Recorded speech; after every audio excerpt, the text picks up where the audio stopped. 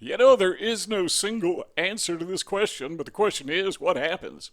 When the narcissist finally discards you for the last time, you're onto this guy, this girl, whomever, and you understand this is not somebody that you need in your life. You understand this is a narcissist, this is not my friend, my love interest. Rather, this is somebody who has fooled me, who has taken me for a ride, so to speak, and now they're just gone. I mean, you've got them out of your life, and as far as you know, they have discarded you, and so there's some distance now between you and this person, or at least that's the way it seems. But what really happens after the final discard? What happens after you part ways with the narcissist once and forever? Well, number one is this. You need to understand, we need to understand, that we are the possessions of the narcissist from their perspective. That's kind of easy to understand. I don't know if you've ever had, I don't know, maybe a car that you sold, and you see the car driving down the street, the new owner driving it, and you think to yourself, that's my car. Well, it's not your car. You know, cognitively that belongs to someone else now, but you could do the same thing with a house. You know, the house that you grew up in, somebody else owns that now, but you drive by now and again and say, that's my house. It's not your house. You identify with it, but the narcissist, it seems that now and forever will identify you as their possession. There is a subconscious attachment to you, and you probably had a subconscious attachment to him or her. You may not like it, but there is. It's not necessarily affectionate, but I hope it's not anyhow. But there it is. Number two, sometimes a narcissist will they'll just go on like nothing happened. I had a narcissist in my life who, well, he stole a lot of money from me. Basically, you know, being the naive, gullible person that I am, not so much as I used to be, but I was at the time. And once I caught on, I called the authorities. The investigation was done. My attorney said, "You want to sue this guy? You know, I guarantee you win," so forth. But he just went on like nothing happened. You know, he'd send me messages, "Hey, how you doing? Get together sometime. I hope all is well." So he just kind of pretended that it was no big deal.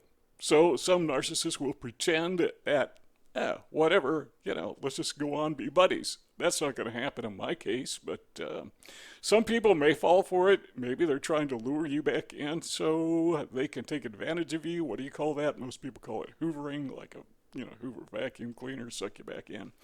Number three, this one is particularly insidious, but I've seen it on several occasions. It's called Duper's delight. So the narcissist, the person who duped you, has this ego boost by the virtue of the fact that he or she has fooled you for so long. That's a real ego boost to that person. That really supplies them with the sense of superiority. And now you found out, and they're going to kind of rub it in, so to speak, and we call that Duper's delight. So often what most people say is when they see the narcissist and, you know, they've parted ways, that the narcissist will give them a smirk. And that smirk says, you know, I got you, didn't I? Fooled you, didn't I?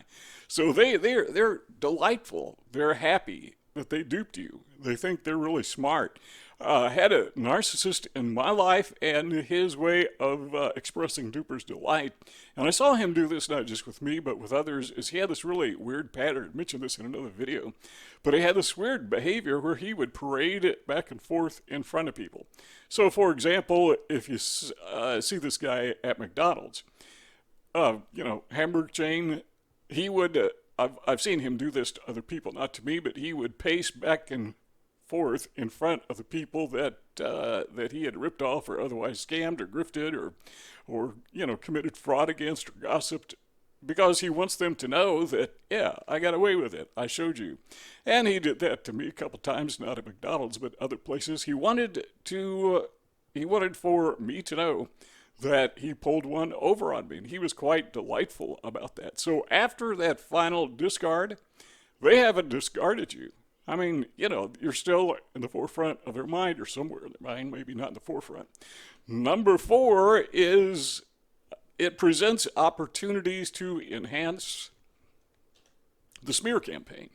gaslighting, convincing other people that you are the bad guy and he is your victim. Now, that is what he's doing is he's extending, or she is extending their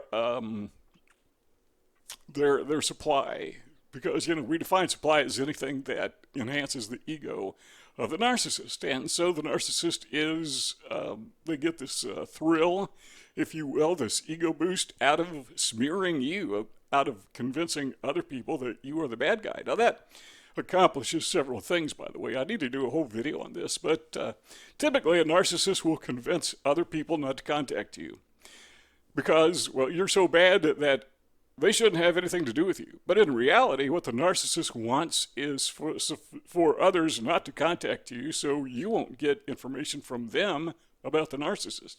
And also so that these flying monkeys, or agents, whatever you want to call them, won't get the truth from you. And so they try to keep others from having any contact with you whatsoever.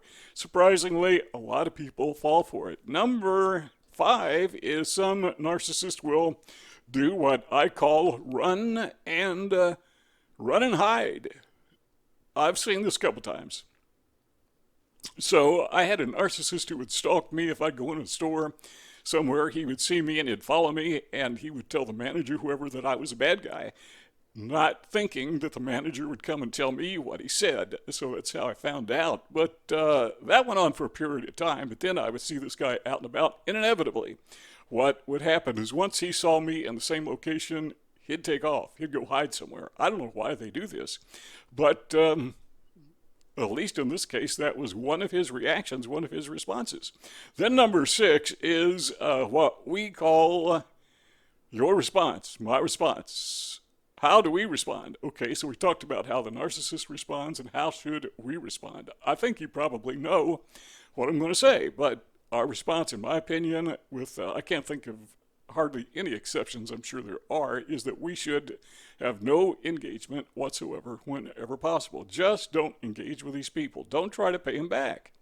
And I've said this a million times in other videos, but, these people, narcissists, most of them that I know, have spent their entire life grifting other people, scamming other people, frauding other people. So they have a whole army of people who are after them, trying to pay them back. You don't need to. I mean, that part of it's covered, and the narcissist actually loves it. He likes that fight, or she likes that fight. When other people are trying to repay them, that just boosts their ego a little bit. So those are some of the things you can expect after the final discard, and be grateful that it's over, but it's really never over, particularly the smear campaign. That will last, in some cases, long before both you and the narcissist are dead and gone, because those rumors can last, that slander can last literally for generations, long after you're gone. See those 2 rectangles on the screen? Let's keep talking if you want. Just click one of those 2 rectangles, and we'll keep our conversation going. But if not, thanks for stopping by, and see y'all next time.